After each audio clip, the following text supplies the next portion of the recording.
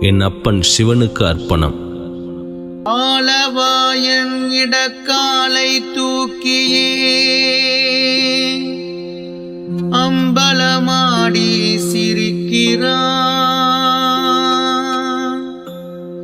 ஆடல் நாயகன் சலங்கையை ஒலித்தே பரதமாட என்னை அழைக்கிறான்.